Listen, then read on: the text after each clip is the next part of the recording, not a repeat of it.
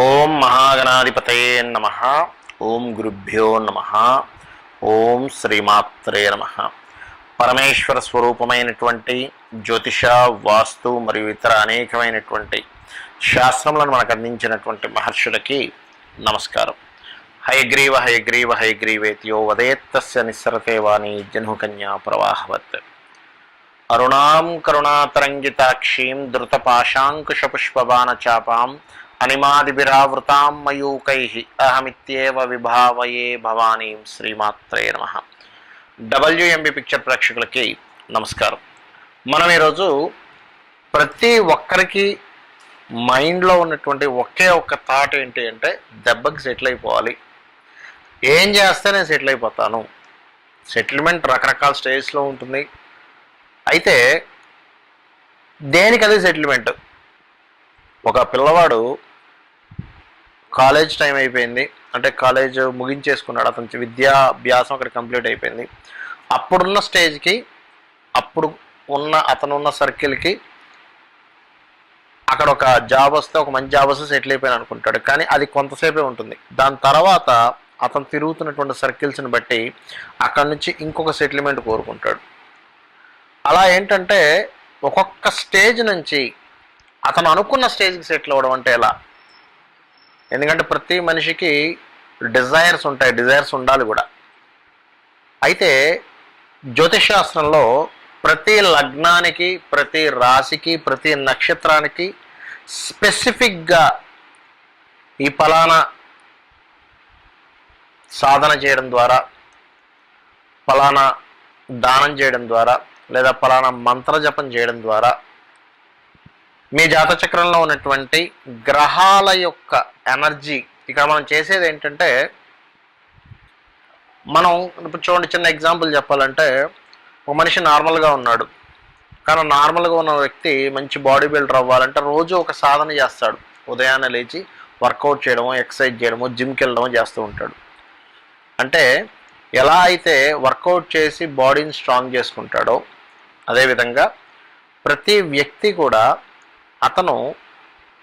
అతని career related సంబంధించినటువంటి think చేస్తూ, ట్రై చేస్తూ, అతని జాతచక్రంలో ఉన్నటువంటి గ్రహాల యొక్క ఎనర్జీస్ని, ఏ గ్రహాల యొక్క ఎనర్జీని పెంచుకుంటే, ఏ గ్రహ సంబంధించినటువంటి దోషాన్ని తగ్గించుకుంటే దెబ్బకి సెటిల్ అవుతాడు అనేటువంటి విషయాన్ని ఇప్పుడు మనం ఒక్కొక్క రాశి నుంచి, ఒక్కొక్క లగ్నం నుంచి చెప్పుకుందాం. అయితే ఈ యొక్క విషయాలు చెప్తుంది నేనైనప్పటికీ కూడా చెప్పిస్తుంది సాక్షాత్ లలిత అమ్మవారిగా భావిస్తూ ఇప్పుడు నేను చెప్తాను. అయితే ఈ వీడియో ఎండింగ్లో కూడా కొన్ని ఎగ్జామ్షన్స్ చెప్తాను. కొన్ని ఎగ్జామ్షన్స్ ఉంటాయి, కొన్ని పాటించవలసి ఉంటాయి. అవన్నీ వీడియో ఎండింగ్లో చెప్తాను. సో వీడియో ఎండింగ్ వరకు చూసే ప్రయత్నం చేయండి. ఇప్పుడు మనం మొదలు పెడదాం. ఇక ధనుర్లగ్నము, ధనస్సు రాశి, ఇందులో ఉన్నటువంటి నక్షత్రాలు మూల, పూర్వాషాఢ, ఉత్తరాషాఢ, 1వ పాదం.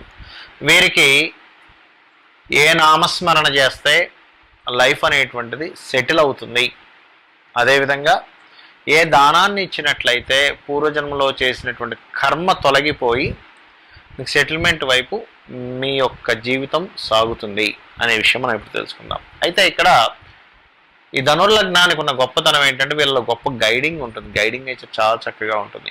ఒక గురువు అంటే చూడండి, కొంతమంది పుట్టుకతోనే గురువులా అన్నట్టుగా ఉంటుంది వీళ్ళ లక్షణాలు చాలా మటుకు.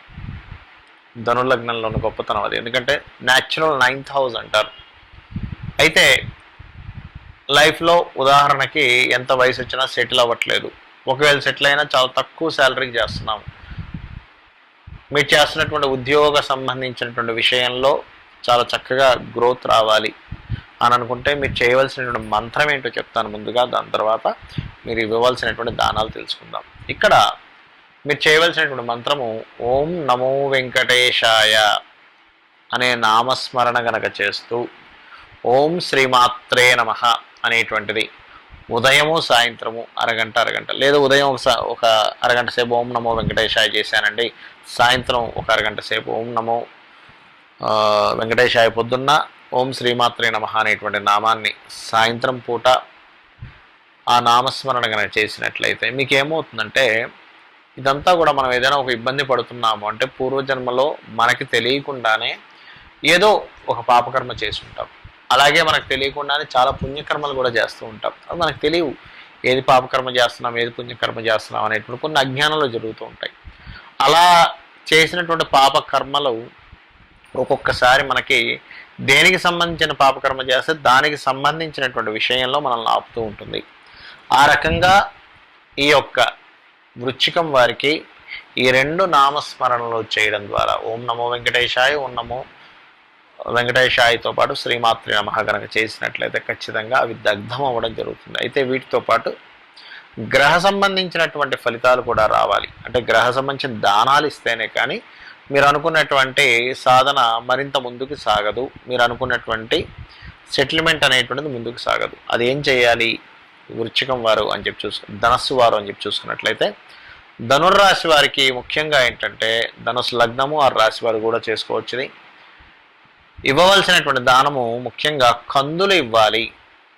కందులు, బియ్యము దానంగా ఇవ్వాలి. వీలైతే శనగలు ఇవ్వవచ్చు. శనగలు 1 కేజీ ఇంబావు కందులు, 1 కేజీ ఇంబావు బియ్యము తీసుకోండి. ఈ రెండిటితో పాటు ఏం చేస్తారంటే మీకు దగ్గరలో ఉన్నటువంటి ఆలయంలో పురోహితుడికి కందులతో పాటు ఎరుపు రంగు వస్త్రము, అది బ్లౌజ్ పీస్ అయినా కావచ్చు, లేకపోతే టవల్ అయినా కావచ్చు, పంచ అయినా కావచ్చు, అదేవిధంగా బియ్యంతో పాటు తెలుపు రంగు వస్త్రము, శనగలతో పాటు గ్రీన్ కలర్ వస్త్రము, ఈ మూడింటిని మీకు దగ్గరలో ఉన్నటువంటి ఆలయంలో ఉన్న పురోహితుడికి దానంగా ఇవ్వండి. ఆ దానం ఇచ్చేటప్పుడు కూడా సంకల్పం చదువుకొని మీ నక్షత్రము, గోత్రము చెప్పుకొని మీ సంకల్పం ఏమిటి, ఏ పర్పస్ మీద ఇస్తున్నారు అనేటువంటి పర్పస్తో దానంగా ఇవ్వాలి, గుర్తుపెట్టుకోండి. అలాగే మరొక విషయం ఏంటంటే ఇక్కడ గమనించినట్లయితే ఈ యొక్క దానము ఇచ్చేటప్పుడు చాలామంది చేసే మిస్టేక్స్ చెప్తానండి మీకు. ఇక్కడ ఏం చేస్తారంటే పురోహితుడికి తీసుకెళ్ళిద్దాం అనుకునేసరికి అతను ఏం చెప్తారంటే అక్కడ పెట్టేసి వెళ్ళిపోండి అమ్మా చెప్తుంటారు. వీళ్ళు కూడా ఏంటంటే ఇచ్చేవారు ఇదేదో బాగుంది కదా, సింపుల్గా ఉందని పెట్టి వెళ్ళిపోవడమే కదా అని చెప్పి పెట్టేసి వెళ్ళిపోతారు. కానీ దానివల్ల ఎటువంటి ప్రయోజనం ఉండదు, గుర్తుపెట్టుకోండి. అక్కడ ఉంచి వెళ్ళిపోయారు టెంపుల్లో, ఏ మూలో ఏ గ్రహాల దగ్గర ఉంచేసి వెళ్ళిపోండి అంటూ ఉంటారు, లేకపోతే ఫలానా దగ్గర పెట్టేసి వెళ్ళిపోండి అక్కడ ఉంచి వెళ్ళండి అంటారు. వీళ్ళు కూడా ఏంటంటే హ్యాపీ, దక్షిణ ఇవ్వాల్సిన పని కూడా లేదు, చక్కగా మనకి శ్రమ కూడా లేదు, టైం కూడా కలిసి వస్తుంది. ఇప్పుడు మళ్ళీ ఆయన నిలబడి కూర్చొని ఆయనకి చెప్పి ఇవన్నీ ఎందుకు లేదు, ఏదో బాగుంది కదా అని గబగబా పెట్టేసి వెళ్ళిపోతారు. కానీ అలా ఇవ్వడం ద్వారా మీకు ఎటువంటి ఫలితం అనేటువంటిది అస్సలు రాదు, గుర్తుపెట్టుకోండి. మరి ఎలా ఇవ్వాలండి అంటే మీరు ఇవ్వవలసినటువంటి ప్రక్రియ చక్కగా పురోహితుడికి, అయ్యా మేము మీకు దానం ఇవ్వబోతున్నాము, మీరు ఈ దానము ఏ రకంగా తీసుకుంటారు అంటే సంకల్పం చెప్పుకొని ఏ గ్రహానికి ఇస్తున్నాము, ఏ పర్పస్ మీద ఇస్తున్నాము, సెటిల్మెంట్ పర్పస్ మీద ఇస్తున్నాము కాబట్టి ఈ గ్రహదానం ఇస్తున్నాము అని చెప్పి ఇస్తూ మీరు దానికి సంబంధించినటువంటి దక్షిణ కూడా ఇవ్వాలి. ఎందుకంటే తీసుకున్నటువంటి పురోహితుడు గాయత్రి చదివే వ్యక్తికే ఇవ్వమని చెప్తుంది శాస్త్రం. గాయత్రి చదివితే కానీ తీసుకున్న వ్యక్తికి ఆ దోషం తొలగదు. ఎందుకంటే మీ దగ్గర నుంచి తీసుకున్నాడు గ్రహ సంబంధించినటువంటిది, అది దోషపూరితంగా మారుతుంది. మరలా అక్కడ అతను గాయత్రి చేసుకుంటే అది దగ్ధం అవుతుంది.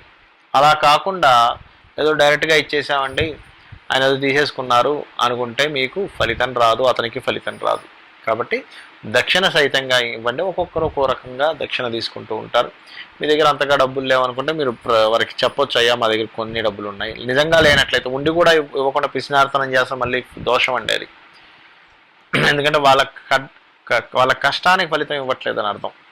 అలాగే మరొకటి ఏంటంటే ఇక్కడ గమనించినట్లయితే ఇక్కడ వీటితో పాటు కొన్ని దేశాల్లో ఆలయాలు ఉండవు, పురోహితులు ఉండరు, అసలు అక్కడ ఎటువంటి సదుపాయాలు ఉండవు మీరు దానం ఇవ్వడానికి. అలాంటప్పుడు ధనస్సు రాశి వారు ముఖ్యంగా ఏంటంటే చంద్రగ్రహ, కుజగ్రహ, గురుగ్రహ సంబంధించిన స్తోత్రాలు చదవండి.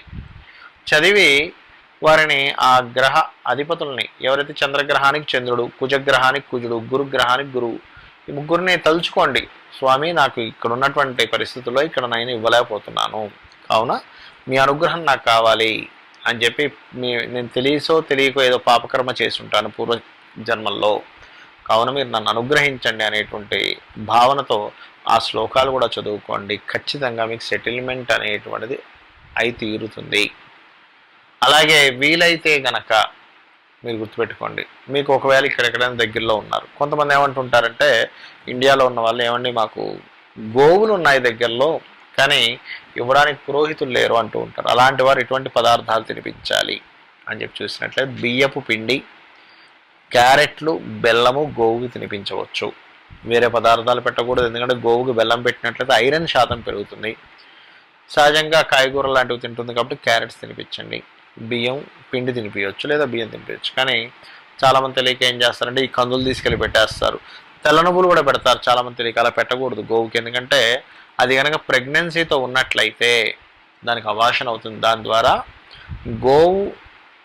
గోవు యొక్క అంటే గోవుని చంపినటువంటి పాపం మీకు రావడం జరుగుతుంది. కావున ఈ ప్రక్రియలో గోవు పెట్టండి ఒకవేళ మీకు కనుక కుదరకపోతే. కానీ దానం ఇవ్వడానికే ఎక్కువగా మీరు ప్రాధాన్యత ఇవ్వండి. ఈ కలియుగంలో నామస్మరణ దానానికి మించినటువంటి పరిహారం మరొకటి లేదు. Right sir. నేను మీకు మొదట్లో ఒక మాట నన్ను వీడియో ఎండింగ్లో ఎగ్జంప్షన్స్ ఇవన్నీ చెప్తానని. పాయింట్ నెంబర్ 1 గుర్తుపెట్టుకోండి. ఇప్పుడు మనం చెప్పినటువంటివి ఏవైతే సాధనలు ఉన్నాయో ఇవి మీరు కంటిన్యూస్గా చేయాలి. ఇది point number 1. First rule number 1 ఇది. ఎందుకు ఈ రూల్ అంటే గుర్తుపెట్టుకోండి, ఈ విశ్వంలో ఉన్నటువంటి గొప్ప శక్తి ఏంటంటే మీరు కనుక కంటిన్యూ ఏదైనా చేస్తే అది అయి తీరుతుంది. కంటిన్యూ చేయకపోతే అది ఫలితం ఇవ్వదు. ఎందుకంటే అదొక చైన్, ఎనర్జీ ఆఫ్ చైన్ అంటారు. అంటే ఆ ఎనర్జీ ఫామ్ అవ్వడానికి కొంత సమయం పడుతుంది. చిన్న ఎగ్జాంపుల్ చెప్పాలంటే ఒక జిమ్కి వెళ్తామండి, జిమ్లో డబ్బులు కడతాం. చాలామంది చేసే ఇదేంటంటే జిమ్లో డబ్బులు కడతారు, ఆవేశంగా ఫస్ట్ 10 రోజులు ఆవేశంగా వెళ్ళిపోతారు. దాని తర్వాత నెక్స్ట్ మంత్ 5 రోజులు వెళ్ళడం కూడా చాలా ఎక్కువ. 3వ నెల అసలు మానేస్తారు. 6 months మనీ పే చేస్తారు. కానీ ఎవరైతే రోజు జిమ్కి వెళ్తాడో ఆ వ్యక్తికి మాత్రమే అనుకున్నట్టుగా అతని శరీరంలో దృఢత్వం అనేటిది ఏర్పడుతుంది. కానీ ఎవరైతే కంటిన్యూ చేయరో, జిమ్కి డబ్బులు కట్టడం వల్ల వాడి యొక్క శరీరం దృఢంగా అవ్వదు, రెగ్యులర్గా వెళ్ళడం వల్ల దృఢం అవుతుంది. గుర్తుపెట్టుకోండి. అంటే ఏంటి, రెగ్యులర్గా చేయాలి మనం ఏదైనా. కానీ ఒక పాట పాడే సాధన కావచ్చు, జిమ్కి వెళ్ళడం కావచ్చు, ఎనీథింగ్. అలాగే ఈ సాధనలో రూల్ నెంబర్ 1 రెగ్యులర్గా చేయండి. రూల్ నెంబర్ 2, మీరు నెగటివ్ అంటే ఏంటంటే మన లైఫ్లో ప్రతి వ్యక్తికి కూడా పాజిటివ్స్ జరుగుతూ ఉంటాయి. అంటే అనుకూలమైన స్థితి జరిగిందేమో పాజిటివ్ అనుకుంటాం, మనకు అనుకూలంగా జరగనప్పుడు నెగిటివ్గా భావిస్తూ ఉంటాం. అనుకూలంగా జరగనటువంటి విషయాలని అక్కడికక్కడే మర్చిపోయే ప్రయత్నం చేయండి. దాని గురించి మీరు కనుక 1% థింక్ చేసినా కూడా మీకు దానివల్ల ఎటువంటి లాభము ఉండదు. ఇది గుర్తుపెట్టుకోండి. అయ్యో ఆ రోజు అలా అయిపోయింది, వాడు బాస్ అలా అన్నాడు, లేకపోతే ఇంట్లో ఇలా అన్నారు, భార్య ఇలా అన్నది, భర్త ఇలా అన్నాడు, మా ఫ్రెండ్ ఇలా అన్నాడు, లేకపోతే నా కొలిక్ ఇలా అన్నాడు, నేను ఇంత కష్టపడ్డా అసలు వాడు నా చేతికి ఇచ్చింది ఇదే, ఇంత కష్టపడ్డది నాకు మొత్తం వాడు 0 రాశాడు నాకు. అవన్నీ మర్చిపోండి. ఎందుకంటే వాళ్ళ గురించి మీరు థింక్ చేయడం వల్ల మీకు ఏమీ రాదు. ఎందుకు రాదని చెప్తున్నానంటే అది కూడా జపంగా మారిపోతుంది. అది కూడా ఒక జపంలా మారుతుంది. గుర్తుపెట్టుకోండి. మీరు ఏది జపిస్తూ ఉంటారో మనసులో ఏది జపిస్తూ ఉంటారో అది మీకు అయి తీరుతుంది. కాబట్టి అది మర్చిపోండి. Only success. నేను చిన్నప్పుడు క్లాస్లో ఎవరూ చేయలేని విషయాన్ని నేను చేయగలిగాను. ఏదో ఒకటి ఉంటుంది, మీలో ఒక టాలెంట్ ఉంటుంది. ఎవరూ చేయలేని విషయం మీరు చేయగలుగుతుంటారు. అలా ఎవరు చేయలేని విషయం మీరు ఏం చేస్తున్నారు, ఆ టాలెంట్ అని బాగా గుర్తుపెట్టుకోండి. మీలో పాజిటివ్స్ ఉంటాయి, ప్రతి వ్యక్తిలో పాజిటివ్స్ ఉంటాయి, దాన్ని మాత్రం తిప్పుకుంటూ ఉండే. ఇది రూల్ నెంబర్ 2. ఇక రూల్ నెంబర్ 3 ఏంటంటే గుర్తుపెట్టుకోండి, ఇక్కడ ఎంతసేపు మనం భగవంతుడికి పూజలు చేస్తూ ఉంటాం, మంత్ర సాధనలు చేస్తూ ఉంటాం. ఫైన్, మంచిదే, అందులో ఎటువంటి డౌట్ లేదు. మంత్ర సాధన చేయడమో, పూజ చేయడమో, లేకపోతే అమ్మవారి గురించి అర్చించడము, నామస్మరణ చేయడము తప్పు లేదు. 100% దాని ద్వారా అమ్మవారి అనుగ్రహం ద్వారా మనకి ఆ యొక్క శక్తి వస్తుంది. మనం ఏదైనా సరే సాధించడానికి అమ్మవారి యొక్క పాదాలను ఆశ్రయించడం ద్వారాయే మనం దాన్ని సాధించగలుగుతున్నాం. కాకపోతే ఇక్కడ కేవలం పూజ మాత్రమే కాదు, గుర్తుపెట్టుకోండి. విచారణ చేయండి. అమ్మంటే ఏమిటి ఆలోచించండి. అమ్మంటే ఏంటి, అమ్మంటే ఏమిటి, అమ్మంటే ఏమిటి, ఈ అమ్మవారు అంటే ఏమిటి, అసలు ఈ విశ్వం మొత్తం కనబడుతున్నటువంటిది అమ్మవారు అని చెప్తున్నారు. అసలు లీల ఎలా ఉంది, అసలు ప్రతి వ్యక్తిలోనూ ప్రతి వస్తువులో దాగున్న శక్తి అమ్మవారు అని చెప్తున్నారు. ఇలా థింక్ చేయడం మొదలు పెట్టండి. పూజ చేయడం కాదు, పూజ చేయమంటున్నాను నేను, చేయొద్దని అట్లా, కానీ పూజ కంటే ఎక్కువగా థింక్ చేయండి, అమ్మవారి గురించి ఆలోచించండి. అదే అమ్మవారు నీ వర్క్ రూపంలో ఉంది, నీ ప్రయత్నం రూపంలో ఉంది, నీ ఆలోచన రూపంలో ఉంది, ప్రతి దాంట్లోనే ఉంది. నిద్రారూపేణ సంస్థిత అంటూ ఉంటారంటే నిద్ర రూపంలో కూడా ఉంది అమ్మవారు. అమ్మవారు లేనటువంటిది లేదు అనేటువంటిది మనకి లలితా సహస్రనామాలు కానివ్వండి, దేవీ భాగవతం కానివ్వండి, అనేకమైనటువంటి పురాణాల్లోని ఇతిహాసాల్లోని చెప్పడం జరిగింది. అయితే ఇది రూల్ నెంబర్ 3. అంటే మీరు ఆలోచించండి అలా. ఈ 3 గనక మీరు పాటించగలిగితే, ఇంకా చాలా ఉన్నాయి బట్ నేను మీకు మేజర్గా 3 చెప్తున్నాను, పాటించగలిగితే ఇందులో మీరు పాటించేటప్పుడు మిమ్మల్ని డిస్టర్బ్ చేయడానికి కలిపురుషుడి యొక్క ప్రభావం వల్ల మిమ్మల్ని ఏదో డిస్టర్బ్ చేయడానికి పక్కకు ఒక ఫ్రెండ్ రూపంలోనో, ఎవడో బస్సులో జర్నీ చేస్తున్నా, ట్రైన్లో జర్నీ చేస్తున్నా, ఎవరో మీతో ఏదో చెప్తూ ఉంటారు. వాళ్ళ మాటలు పట్టించుకోకండి. ఎందుకంటే అమ్మవారి అనుగ్రహం లేని వాడికి అమ్మవారి గురించి అర్థం కాదు. అమ్మ అనుగ్రహం ఉన్న వ్యక్తికి అది మాత్రం అంటే అమ్మవారి గురించి అర్థం అవుతుంది. లేనివాడు, అమ్మవారి అనుగ్రహం లేనివాడు మనల్ని డైవర్ట్ చేయడానికి చూస్తూ ఉంటాడు. ఇవన్నీ కాదు, ఈ విశ్వం మొత్తం నిండున్నటువంటిది అమ్మవారి శక్తి చైతన్యము. నేను ఎంజాయ్ చేస్తూ పనిచేస్తూ ఉంటాను అంతే. దేవుడు లేడని, లేకపోతే ఈ ఎనర్జీ లేదని, అది లేదని, అది ఎలా పనిచేస్తుంది, ఇది ఎలా పనిచేస్తుంది అంత ఆలోచించేటువంటి జ్ఞానం మనకు భగవంతుడు ఇచ్చేయడం, కానీ దానికి సాధన చేయాలి. ఎవడో ముక్కు మొహం తెలియనివాడు ఎవడో చేదో అంటూ ఉంటాడు. మనం అనవసరంగా దాని నుంచి డైవర్ట్ అయి భగవంతుడి యొక్క శక్తిని, భగవత్ సంబంధించిన దాన్ని మనం మిస్ అవుతుంటాం ఎక్కడో. అలాంటి పొరపాటును కూడా చేయకండి. అమ్మవారిని ఆశ్రయిద్దాం. జ్యోతిష్శాస్త్రంలో చెప్పినటువంటి సూత్రాలు ఏవైతే ఉన్నాయో, ఏం చేస్తే మనం చక్కగా దెబ్బకి సెటిల్ అయిపోతామో మనం సాధన చేసి మనల్ని మనం ఉద్ధరించుకుందాం. శ్రీమాత్రే నమః.